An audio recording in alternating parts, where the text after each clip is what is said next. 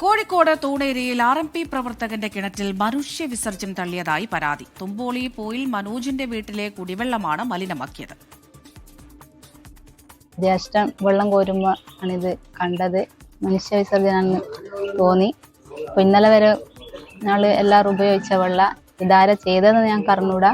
വെള്ളമില്ലാതെ ഒരു സമയത്ത് കുടിവെള്ളം മുട്ടിക്കുക എന്ന് പറയുന്ന സംഭവം എത്ര വലിയ പ്രയാസം ഉണ്ടാക്കുന്നുണ്ട്. അപ്പോൾ ഇതിൻ്റെ ആരാ ഇത് ചെയ്തതെന്ന് നമ്മളറിയല്ല. ആരായാലും അത് അവർക്ക് സമൂഹത്തിലേക്ക് കൊണ്ടുവന്ന് നല്ല ശിക്ഷ വാങ്ങിക്കൊടുക്കുക എന്നുള്ളതാണ് കാര്യത്തിൽ പറയാനുള്ളത്.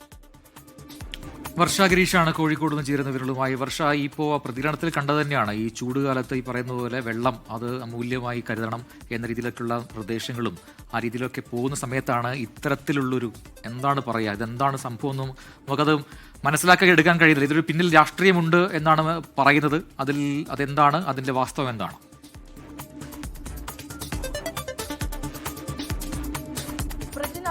പ്രജിൻ സൂചിപ്പിച്ച പോലെ തന്നെയാണ് കാര്യങ്ങൾ. ഈ വേനൽക്കാലത്ത് ഒരു തുള്ളി വെള്ളത്തിനായി മനുഷ്യന്മാരെല്ലാവരും ഓടി നടക്കുന്ന സമയമാണ്. ആ സമയത്താണ് ഇപ്പോൾ ഈ മനോജിന്റെ വീട്ടിലെ കിണറ്റിൽ മനുഷ്യ വിസർജനം തള്ളിയിരിക്കുന്നത്. ആര് ചെയ്താലും അത് വളരെ മോശപ്പെട്ട കാര്യമാണെന്ന് തന്നെയാണ് പറയാനുള്ളത്. ഇന്ന് രാവിലെയാണ് ഇത് ഈ മനോജന്റെ ജ്യേഷ്ഠൻ കാണുന്നത്. തുടർന്ന് ഇവർ പോലീസിൽ പരാതി നൽകുകയായിരുന്നു. മനോജിന് ഇക്കാര്യത്തിൽ വ്യക്തമായി ആരെങ്കിലും സംശയമുണ്ടെന്നുള്ള കാര്യമൊന്നും പറയുന്നില്ല.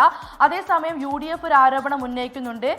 ഈ മനോജൻ ഒരു RMP പ്രവർത്തകനാണ്. തെരഞ്ഞെടുപ്പിൽ UDFന് വേണ്ടി പ്രചരണത്തിന് ഇറങ്ങിയിരുന്നു. ഈ ഒരു വാശി കൊണ്ട് ആരെങ്കിലും ചെയ്തതാകാമെന്നുള്ളതാണ് UDFന്റെ ആരോപണം. എന്നാൽ അക്കാര്യം വ്യക്തമായി ഒന്നും തന്നെ മനോജനും പറയുന്നില്ല. ആരാണ് ഇതിന് പിന്നിൽ ഇതുവരെ കണ്ടെത്താനായിട്ടില്ല. പോലീസ് എന്തായാലും അന്വേഷണം നടത്തുന്നുണ്ട് എന്നാണ് അറിയാൻ കഴിഞ്ഞത്. എന്തായാലും ഈ ആളുകളെ സംബന്ധിച്ച് ഈ മനോജന്റെ വീട്ടിലെ കിണറ്റാണ് ചുറ്റുപാടിലുള്ള മറ്റ് 2 കുടുംബങ്ങൾ കൂടി ആശ്രയിക്കുന്നത്. അവരുടെ കുടിവെള്ളം കൂടി മുട്ടിക്കുന്ന രീതിയിലുള്ളൊരു പ്രവൃത്തിയാണ് ഇപ്പോൾ നടന്നിരിക്കുന്നത്.